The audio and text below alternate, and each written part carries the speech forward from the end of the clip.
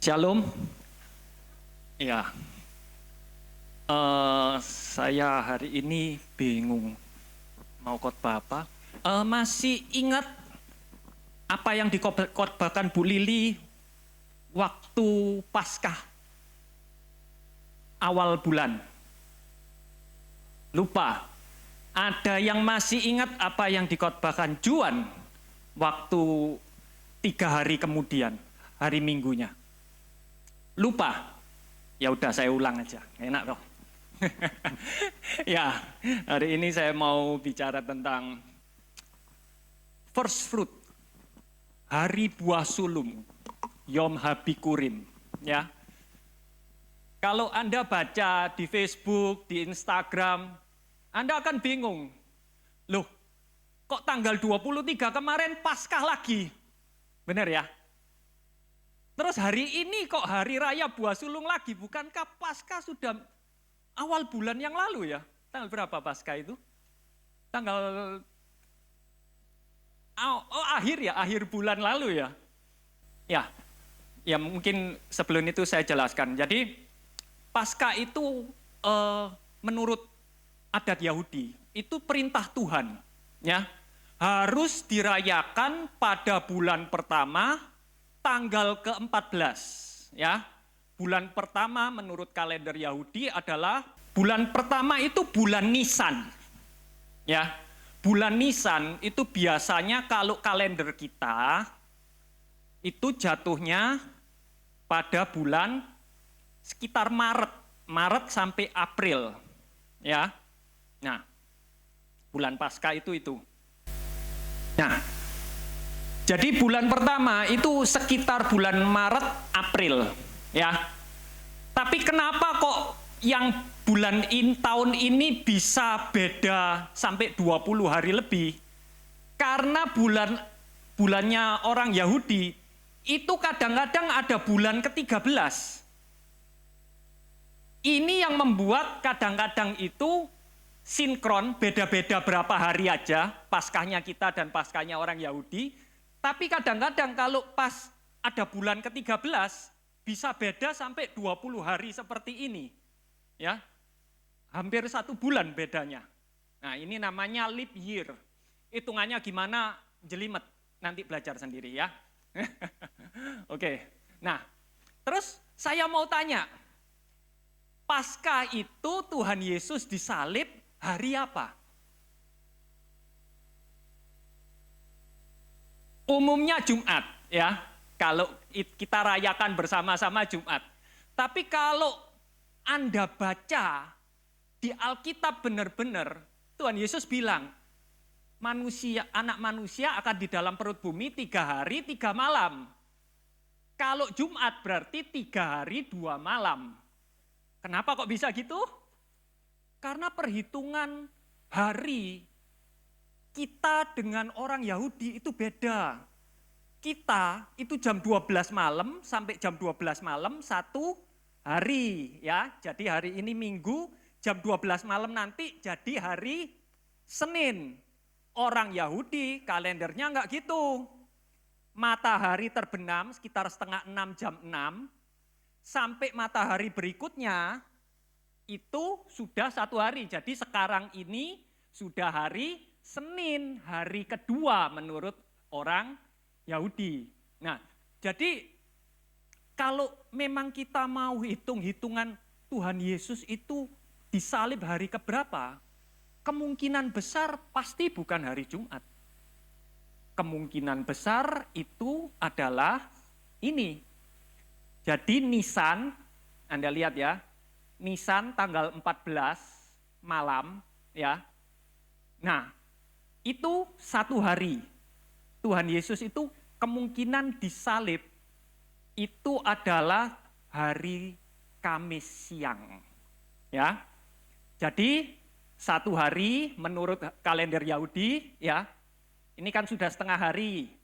Ini 1 hari, 2 hari. Pada saat ini hari pertama, ya, Tuhan Yesus sudah bangkit, ya. Jadi kemungkinan Tuhan Yesus itu disalib pasti bukan hari Jumat. Karena harus 3 hari, 3 malam. Jadi kemungkinan hari Kamis, ya. Nah, tapi itu nggak masalah, gitu loh. Mau hari Jumat, mau hari Kamis, mau hari Rabu, itu nggak masalah. Yang penting kita rayakan Kristusnya. Bukan rayakan harinya harus hari apa. Benar? Seperti hari ini. Pak Hermawan ulang tahun. Anita juga ulang tahun. Dirayakan hari ini. Apakah hari ini ulang tahunnya? Enggak. Tapi janjian dirayakan hari ini. Sama. Kita janjian rayakan hari Jumat. Ya udah nggak apa-apa. Nggak penting kok kapan. Karena Tuhan pun tahu. Itu nggak penting. Ya. Karena apa? Tuhan tahu. Hari raya berikutnya itu adalah hari raya first fruit. Buah sulung. Buah sulung itu kapan dirayakannya? Saat hari keesokan sesudah Paskah, Sabat, hari pertama dirayakan. Ya, jadi kalau Paskahnya itu hari Rabu, ya, Paskahnya itu kalau hari Rabu, kayak sekarang ini, Paskahnya hari Selasa, ya. Terus hari Jumatnya kan Sabat. Berarti dirayakannya hari Minggunya. Sabtunya, Sabtu siang. Kalau hari Rabu, sama. Dirayakan hari apa? Sabtunya juga. Kalau Kamis, Sabtunya juga. Nggak peduli Paskahnya kapan, yang penting bangkitnya itu pasti hari pertama. Nah kalau Paskahnya pas Sabat gimana? Seperti tahun 2022. Paskah pas Sabat. Dirayakannya kapan? Dimundurkan 1 minggu. Jadi harus selalu hari pertama. Jadi Tuhan tahu, nggak peduli mau dirayakan kematian Kristus itu kapan, yang pasti kebangkitannya selalu hari pertama. Selalu hari Sabtu siang, Sabtu sore sampai hari Minggu. Itu sudah pasti. Ya toh? Jadi kita nggak usah berantem masalah kapan Tuhan Yesus matinya. Yang pasti kita tahu Tuhan Yesus mati, dikuburkan dan bangkit pada hari pertama. Amin. Dan ini adalah hari yang paling penting, karena itu Tuhan itu tetapkan harus pas. Tapi sama orang Yahudi justru hari yang ini itu dihapuskan. Aneh. Jadi sesudah Passover, Purim dirayakan, Paskah dirayakan, buah sulung dihapus sekarang sama orang Yahudi. Kenapa? Menurut rabi-rabi enggak perlu. Padahal ini hari yang paling penting. Bahkan Tuhan sendiri bilang, perayaan ini sudah ditetapkan sama Tuhan sendiri. Tetapi sama rabi-rabi malah dibatalkan. Boleh enggak ketetapan Tuhan dibatalkan oleh manusia? Enggak boleh. Hari-hari raya yang ditetapkan Yahweh, yang harus kamu umumkan sebagai pertemuan-pertemuan kudus. Semua adalah perayaanku yang telah ditetapkan. Tapi sama orang Yahudi dihapus. Tapi kita lihat nanti, kerugiannya banyak pada mereka. Ya, nah, Yom Habikurim, hari raya buah sulung ini apa toh? Nah, hari raya buah sulung ini kita tahu bulan Nisan itu bulan pertama adalah musim semi. Sebelumnya itu adalah musim dingin, di mana itu adalah kematian. Gak ada apa-apa, gak ada tanaman yang bisa tumbuh pada saat musim dingin itu. Ya, jadi ini adalah hari raya panen yang pertama. Dan tanaman yang pertama kali panen, yang bisa dipanen pada saat musim semi, itu adalah barley. Jelai. Contohnya yang tadi saya bagikan, coba dihitungkan. Ini barley, ya itu sedotan, tapi ini lambangnya barley, oke? Jelai, ya. Ini buatnya sulit loh, ini Cisa yang buat loh, dihargai loh. Ini barley ya. Nah, nanti kita belajar. Nah, pada hari ini ya, Duh, saya kok malah enggak punya. Minta satu. Ya. Nah, pada saat ini, Hari Raya Sulung ini, barley yang pertama itu harus dipotong. Enggak perlu semua. Cukup seikat aja. Terus diayun-ayunkan. Kalau diayun-ayunkan gini, berarti apa? Tuhan terima. Tuhan terima buah sulungnya ini. Dan kalau Tuhan terima, maka seluruhnya itu, seluruh barley yang lain, itu akan dikuduskan juga bagi Tuhan. Ngerti ya? Jadi nggak perlu semuanya, cukup satu. Ya, ini barley itu harusnya kayak gini ya. Ini ya berhubung dadaan. Coba yang ada tolong dipegang semua. Kita coba lakukan apa yang dilakukan sama itu yang dulu. Ya. Nah, kita tahu orang Yahudi itu enggak tahu ini melambangkan apa. Tapi kita tahu ini adalah Kristus. Karena dikatakan Paulus bilang, Kristus telah dibangkitkan dari kematian. Jadi dari kematian Kristus telah dibangkitkan dan menjadi buah sulung dari mereka yang telah mati. Kita ini dulu mati, tapi karena Kristus hidup, Kristus ditinggikan, Kristus diterima, kita pun dibangkitkan juga bersama-sama dengan Dia. Namun masing-masing sesuai dengan urutannya. Kristus sebagai buah sulung, kemudian mereka yang menjadi milik Kristus pada waktu kedatangannya. Jadi cukup Kristus ditinggikan, itu kita juga ikut ditinggikan. Kenapa kok seperti itu? Karena sama seperti Musa meninggikan ular di padang gurun. Demikian juga anak manusia itu harus ditinggikan. Jadi imam-imam itu meninggikan ini seperti ini. Mereka nggak tahu bahwa itu cuman lambang. Ya toh, itu cuman bayangan. Wujud aslinya dia ini meninggikan Kristus. Karena itu yang punya ini tolong bangkit semua. Bangkit ya. Bangkit semua. Yang ada aja. Yang nggak ada ya udah. Lain kali datang lebih pagi ya. Nah. Terus mari kita sama-sama Yahweh diganti Yesus ya. Kita baca sama-sama. Yesus hidup dan diberkatilah gunung batuku dan biarlah Elohim keselamatanku ditinggikan. Sekali lagi, Yesus hidup dan diberkatilah gunung batuku dan biarlah Elohim keselamatanku ditinggikan.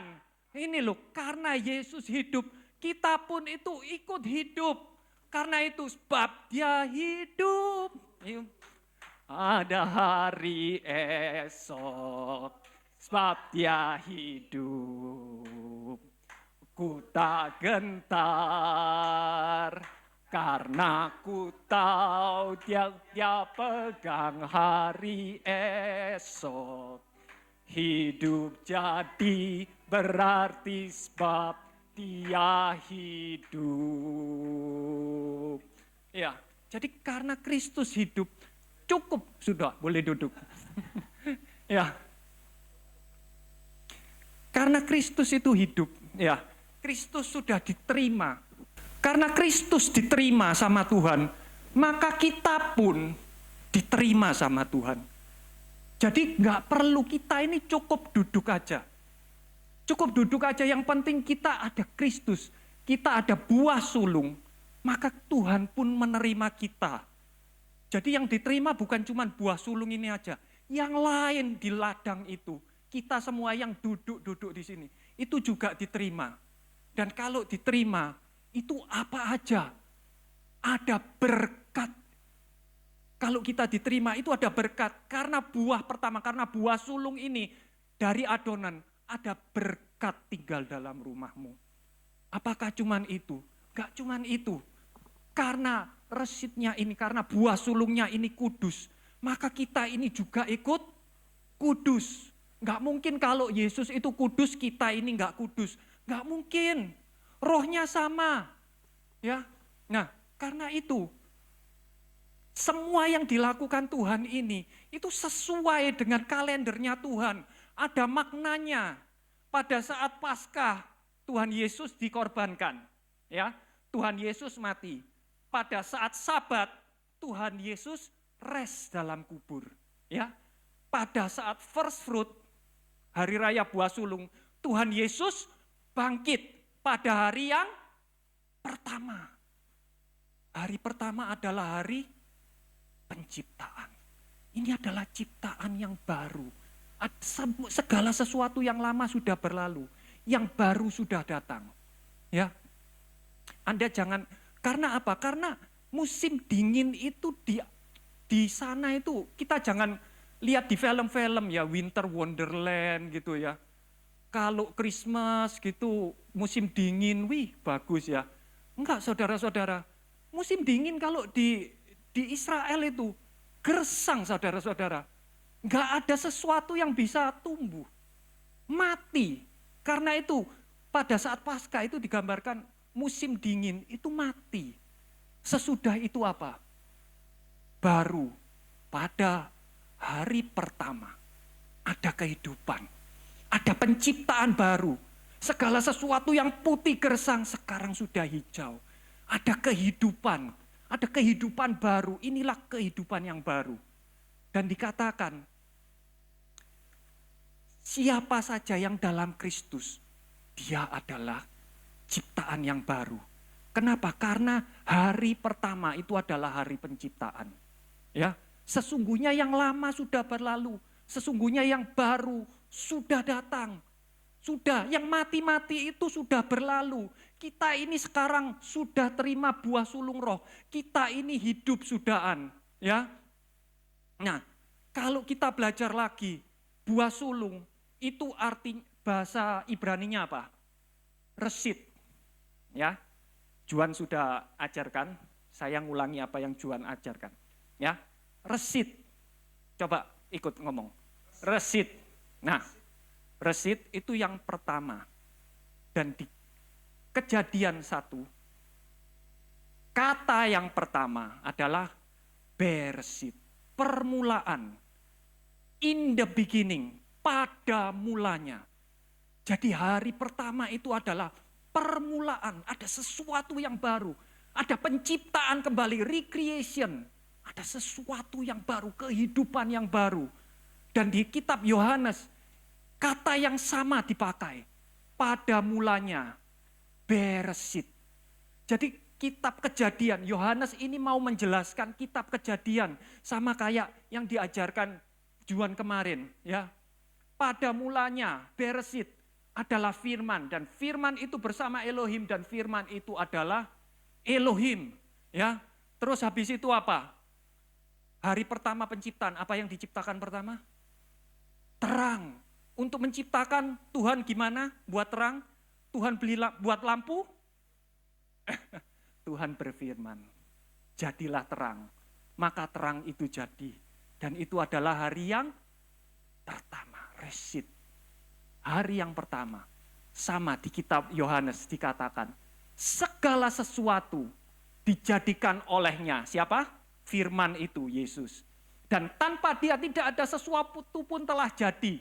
Dan di dalam dia ada hidup dan hidup itu adalah terang manusia. Terang itu bercahaya dalam kegelapan dan kegelapan tidak dapat menguasainya. Yohanes mau ngasih tahu ke kita, hei, yang buat terang itu adalah firman Tuhan, itu adalah Yesus. Dan terang itu, terang yang hari pertama diciptakan itu adalah Yesus sendiri. Karena matahari itu baru diciptakan pada hari keempat. Ya. Jadi Tuhan itu adalah terang itu sendiri. Semua yang ada, Tuhan yang ciptakan itu lewat Yesus. Enggak percaya? Coba kita baca. Semua penciptaan, kalau Anda baca, penciptaan ayat ke-6, Elohim berfirman. 9, Elohim berfirman. 11, Elohim berfirman. Lanjut, Elohim berfirman. Tiap kali penciptaan, selalu kata yang dipakai, Elohim berfirman. Berarti yang menciptakan adalah firman-Nya. Lu kok bisa firman seperti itu? Karena Tuhan itu beda. Karena di Yesaya dikatakan, firman-Ku yang keluar dari mulutku, ia tidak akan kembali kepadaku dengan sia-sia, tetapi akan melaksanakan apa yang aku perkenankan dan akan berhasil dalam apa yang aku perintahkan. Berarti firman-Nya Tuhan ini bukan kayak kata-katanya manusia. Firman-Nya Tuhan ini hidup, punya personality, punya kuasa. Loh nggak masuk akal. Kalau Tuhan itu bisa dimasukkan akal, berarti dia bukan Tuhan. Amin. Kalau manusia sampai bisa ngerti, Tuhan itu harus seperti ini, seperti ini, seperti ini, maka manusia yang jadi Tuhan. Justru karena Tuhan itu aneh loh, kok bisa ya? Firman ini kata-kata tapi bisa menciptakan dan punya personality, punya pikiran, punya perasaan, kok bisa? Karena dia Tuhan. Kita nggak akan bisa ngerti Tuhan. Kita belajar sedikit tentang Tuhan, tapi kita nggak mungkin tahu keseluruhan dengan Tuhan. Karena dia adalah Tuhan. Amin. Ya. Terus waktu hari penciptaan, Tuhan menciptakan manusia, dikatakan apa? Tuhan buat manusia itu dari debu. Khusus yang manusia, Tuhan gak berfirman. Tapi ada sesuatu yang beda. Apa yang dilakukan Tuhan? Habis membentuk, Tuhan menghembuskan nafas kehidupan ke dalam lubang hidungnya. Dan manusia pun hidup sama. Waktu Tuhan Yesus sesudah bangkit pada hari yang pertama, dia ketemu sama murid-muridnya. Apa yang dilakukan Tuhan Yesus? Dia meniupkan napas kepada mereka dan berkata, terimalah Roh Kudus. Semua terima? Enggak. Kecuali siapa? Thomas. Kenapa Thomas enggak terima? Thomas pakai masker. Guyon. Ya, Thomas enggak ada waktu itu. Tapi kita lihat ya, Yohanes ini mau memperlihatkan ini loh. Kejadian dengan Yesus. Yesus ini adalah firman yang diceritakan di kejadian itu. Dia adalah Tuhan sendiri, dia adalah firman Tuhan. Semua ini yang buat ini Tuhan. Dan Tuhan itu ada sekarang bersama-sama dengan kita. Ini loh yang Yohanes itu mau ajarkan. Ya. Dan karena kita ini sekarang ada Kristus, resit itu ada dalam kita. Kita ini adalah ciptaan yang baru. Kita ini manusia 2.0, dulu 1.0. Dulu enggak punya rohnya Tuhan. Sekarang kita manusia yang baru. Tubuhnya masih sama. Ya, tapi rohnya beda. Kita ada rohnya Tuhan di dalam kita. Dan karena kita ada rohnya Tuhan, apa yang terjadi? Kita ini diperdamaikan. Ini yang orang Yahudi enggak punya. Orang Yahudi nggak punya rohnya Tuhan. Mereka itu tahu Tuhan, mereka kenal Tuhan, mereka takut sama Tuhan. Tapi mereka nggak punya rohnya Tuhan. Sehingga mereka selalu takut-takutan kalau lihat Tuhan. Kenapa? Karena merasa bersalah. Karena nggak pernah diperdamaikan. Beda dengan kita. Melalui Kristus, Kristus ada dalam kita. Kita ini sama Tuhan sudah diperdamaikan. Tuhan ini adalah Bapanya kita sekarang. Kita nggak takut-takutan lagi kayak orang Yahudi. Ya. Dan bukan cuman itu. Karena ada Kristus di dalam kita, maka kita ini jadi benar. Orang Yahudi nggak punya Kristus. Mereka itu harus mengusahakan kebenarannya mereka sendiri. Mereka nggak boleh ini, nggak boleh itu, nggak boleh ini, takut ini, takut ini. Takut melanggar. Nggak ada upahnya, semuanya cuman buat menghindari hukuman. Beda dengan kita. Kita punya resit, kita punya buah sulung roh. Ya, bukan cuman itu. Kita ini punya kuasanya Tuhan. Di Filipi 1 ayat 19 dikatakan, dan betapa besar kuasanya yang melimpah atas kita yang percaya. Sesuai dengan pekerjaan kekuatan kuasanya yang telah dikerjakannya dalam Kristus dengan membangkitkan dia dari kematian dan mendudukkan dia di sebelah kanan Elohim di surga. Kuasa apa ya? Cuman gini-gini tok. Kalau di bahasa Indonesianya Anda nggak akan pernah bisa lihat. Mari kita sama-sama belajar di bahasa aslinya. Di bahasa aslinya dikatakan hyperbalon megatos. Megatos itu besar, greatness. Hyperbalon itu surpassing, melebihi. Jadi ini sudah besar, masih melebihi yang besar. Jadi Anda bisa bayangkan ya, besarnya seperti apa kuasa yang membangkitkan Kristus itu. Dan dikatakan di sini, kata yang dipakai apa? Dunamos, power. Kata yang dipakai lagi adalah apa? Kratos, might. Dan kata yang dipakai lagi adalah isios, strength. Seakan-akan kuasanya Tuhan, Tuhan punya kuasa apa? Semua kuasa itu dipakai untuk membangkitkan Kristus dari antara orang mati dan mendudukkan dia di surga. Itu kuasa yang sangat besar. Ingat Tuhan tadi untuk menciptakan, Tuhan cuman berfirman. Gampang seakan-akan. Tapi untuk bangkitkan Kristus, seakan-akan Tuhan butuh kuasa yang melebihi besar. Hyperbalon megatos. Sangat besar kuasanya. Strength, might, semuanya dipakai. Ini loh, kuasa yang sangat besar. Dan kuasa itu dikatakan, roh dia yang telah membangkitkan Kristus dari kematian, diam di dalam kamu. Roh itu ada dalam kita. Kuasa itu ada dalam kita. Kita nggak sadar. Kita nggak pernah pakai. Kalau kita tahu roh resit itu, buah sulung itu ada pada kita, maka kita tahu jati diri kita. Kuasa yang sama membangkitkan Kristus itu ada dalam kita. Karena itu Tuhan Yesus bilang apa? Ini konteksnya untuk pemberitaan Injil ya. Tanda-tanda ini akan menyertai mereka yang percaya. Mereka akan mengusir roh-roh jahat dalam namaku. Mereka akan berbicara dalam bahasa-bahasa yang baru. Mereka akan memegang ular dan jika mereka minum sesuatu yang mematikan, hal itu sekali-kali tidak akan mencelakakan mereka. Mereka akan menumpangkan tangan atas orang sakit dan orang itu akan sembuh. Ingat sekali lagi, ini kuasa diberikan konteksnya untuk pemberitaan Injil. Ya, tapi ini kuasa ini nyata di seluruh dunia. Anda nggak akan jumpai di mana-mana.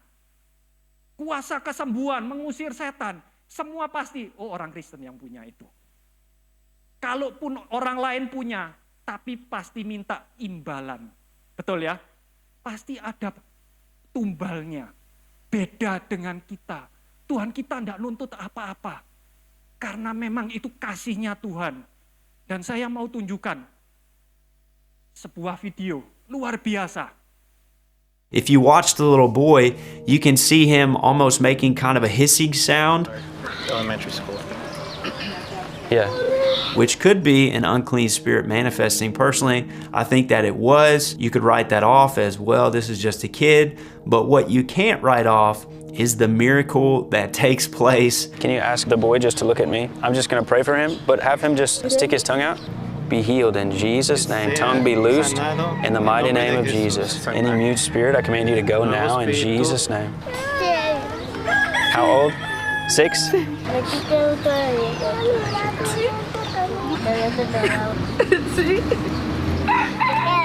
Cara.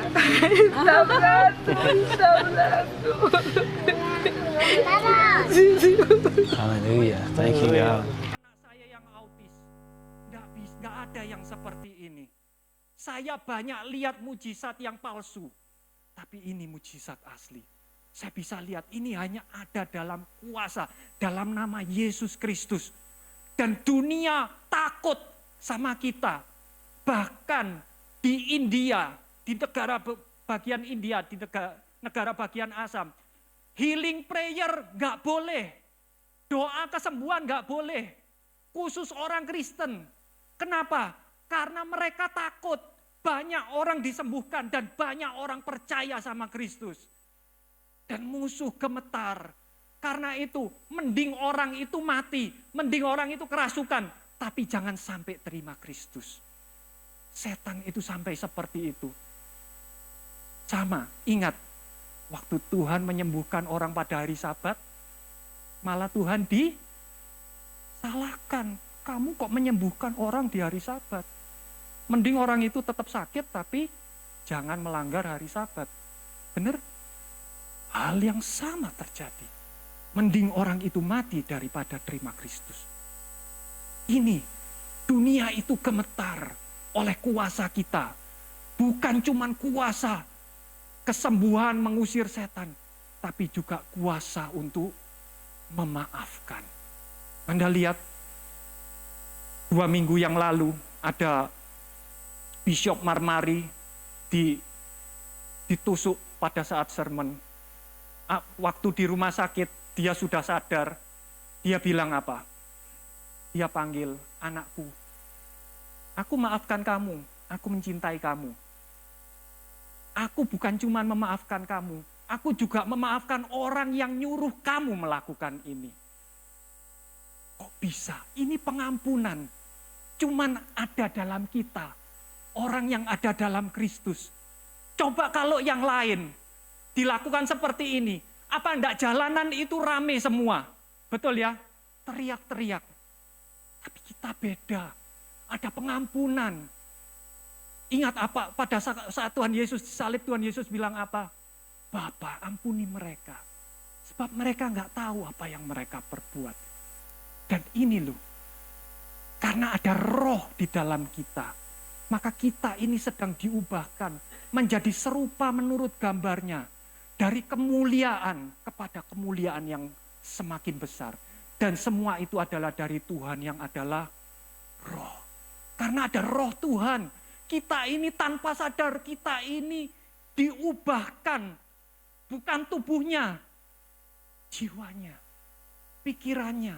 Semakin serupa dengan Kristus. Sehingga pada saat masalah datang, yang keluar adalah Kristus. Yang keluar bukan kutuk, tapi Kristus yang keluar. Ini loh kuasa roh yang ada dalam Kristus, ada dalam kita. Kuasa roh buah sulung, ini ada dalam kita. Dan bukan cuma itu, bagi kita yang menerima karunia buah sulung roh, ada satu lagi janji. Kita ini mengerang dalam diri kita sambil menantikan pengangkatan kita sebagai anak, yaitu penebusan tubuh. Jadi bukan cuma roh kita yang diperbarui, bukan cuma jiwa kita yang diperbarui, tapi suatu saat nanti tubuh kita pun akan diperbarui. Ini janji. Dan Paulus bilang apa? Lihat, aku mengatakan sebuah rahasia. Berarti kalau ini rahasia, ini sesuatu yang sudah terjadi, tapi belum kelihatan. Betul ya? Karena itu namanya rahasia. Ini pasti terjadi katanya Paulus. Sesungguhnya kita semua tidak akan mati. Tetapi kita akan diubahkan. Dengan seketika, dalam sekejap mata pada saat sangkakala terakhir. Sebab sangkakala akan berbunyi. Dan orang-orang mati akan dibangkitkan dengan tubuh yang kekal. Dan kita semua akan diubahkan. Sebab yang fana harus mengenakan yang kekal. Dan yang dapat mati mengenakan yang tidak dapat mati. Suatu saat bukan cuma roh kita, jiwa kita, tapi tubuh kita pun akan diubahkan. Kita ini jadi ciptaan baru, gak bisa mati lagi. Selalu bersama-sama dengan Kristus. Terus kalau Anda tanya, oke Her, enak. Caranya gimana Her? Caranya gimana? Aku mau kuasa itu. Supaya lebih jelas, kita tampilkan dalam sebuah drama. Ya, mari kita sambut main dramanya semua. Ya. Kasih tepuk tangan dulu. Di atas, oke baik. Malaikat naik ya. Permisi. Ya ini ceritanya. Kan malaikat jadi-jadian Pak, jadi kebalik sayapnya. Suatu saat nanti di surga, ya. Apa yang terjadi di surga? Mari kita lihat. Oke. Jadi ini situasinya kita Saat sudah penghakiman, di pintu surga. pintu ceritanya. surga. Oke. Saat di pintu surga. Manusia pertama, sini maju.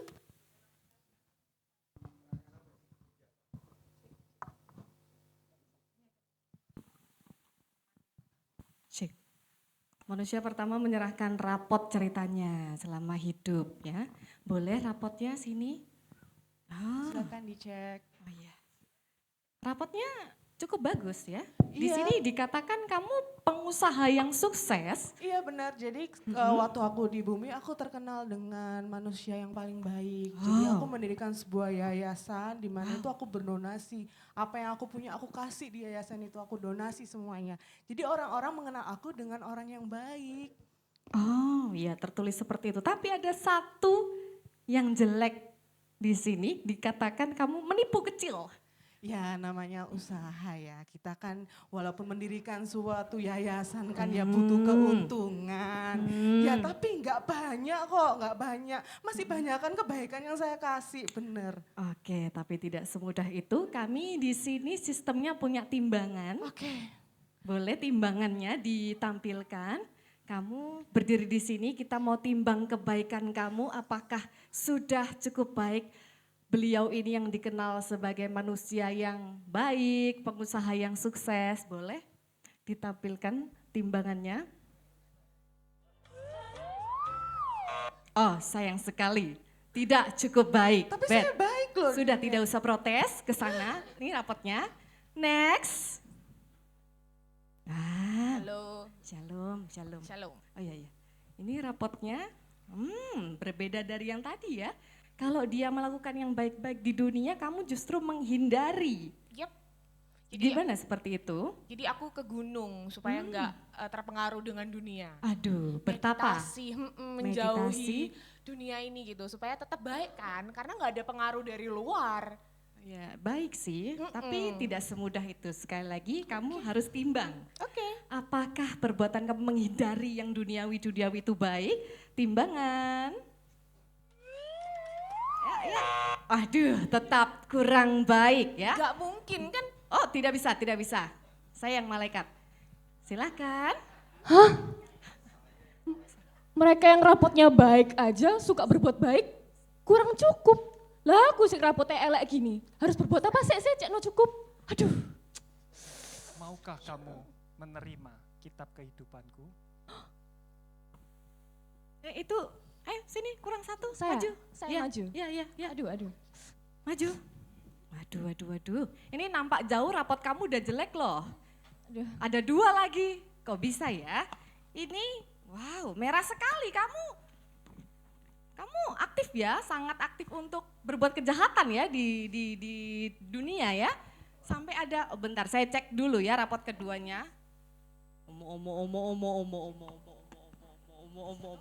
Boleh Apa kamu dia? pegang rapot yang ini, kamu timbang. Timbangan. Tentu saja, Kok bisa? Nggak masuk akal Kok sih. bisa? tentu saja bisa dong, pasti bisa. Karena nama dia sudah tertulis di kitab kehidupan anak domba Elohim. Boleh tepuk tangan? Apakah kalian sudah tertulis? Amin. Terima kasih. Terima kasih. Sekian drama dari kami, silahkan Pastor Heru untuk menjelaskan. Karena keselamatan itu seperti yang kita pelajari tadi. Ya kalau menang, kalau kalah gimana? Kalau kita yang mengusahakan sendiri, mungkin menang, mungkin kalah. Gak ada jaminan kepastian.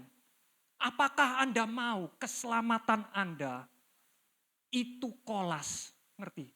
Kolas itu gambling, taruhan, kadang menang, kadang kalah. Gak bisa. Keselamatan itu adalah anugerah. Karena anugerah kamu diselamatkan oleh iman. Itu bukan karena usahamu, tapi itu pemberian Elohim. Bukan karena perbuatan-perbuatanmu, sehingga tidak seorang pun dapat memegahkan diri. Kita nggak bisa memegahkan diri. Kita hanya bisa terima anugerah keselamatan itu lewat buah sulung roh, yaitu lewat Kristus. Kita percaya bahwa apa yang Yesus lakukan itu sudah cukup. Tidak perlu ditambahi. Dan yang pasti jangan dikurangi. Sudah pas, perfect. Kita nggak bisa lakukan apa-apa lagi. kita cuman bisa mensyukuri. Dan apa? Dikatakan firman Tuhan. Sebab kita ini adalah buatan Elohim yang telah diciptakan dalam Kristus Yesus untuk melakukan perbuatan baik yang telah dipersiapkan oleh Elohim sebelumnya agar kita hidup di dalamnya. Elohim mau kita ini hidup untuk melakukan perbuatan-perbuatan baik yang sudah diisi sama Dia, sudah dipersiapkan sama Dia. Kita cukup menghidupi itu dan memunculkan perbuatan baik itu keluar. Bukan kitanya yang baik, tapi Kristus yang ada dalam kita yang baik.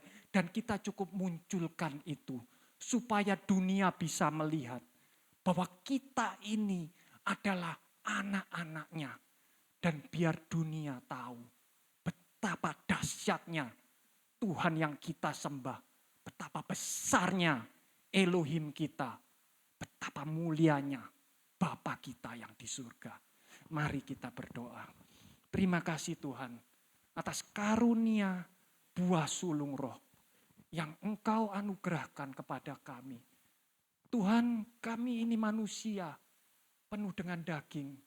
Kami tidak bisa mengusahakan keselamatan kami. Bahkan kami tidak bisa mengusahakan perbuatan baik kami sendiri. Tetapi hanya karena buah sulung roh, Roh-Mu sendiri yang mengubah kami. Sampai kami bisa melakukan segala kebaikan. Itu bukan karena kami. Tetapi karena Engkau sudah persiapkan semuanya di dalam kami. Dan Engkau berjanji Tuhan, suatu hari nanti Engkau akan jemput kami. Engkau akan angkat kami sebagai anak. Dan Engkau akan ubah kami. Sehingga kami hidup selama-lamanya di mana Engkau berada. Kami pun akan bersama-sama dengan Engkau selama-lamanya. Di dalam nama Tuhan Yesus Kristus semua yang percaya katakan. Amin, amin, amin.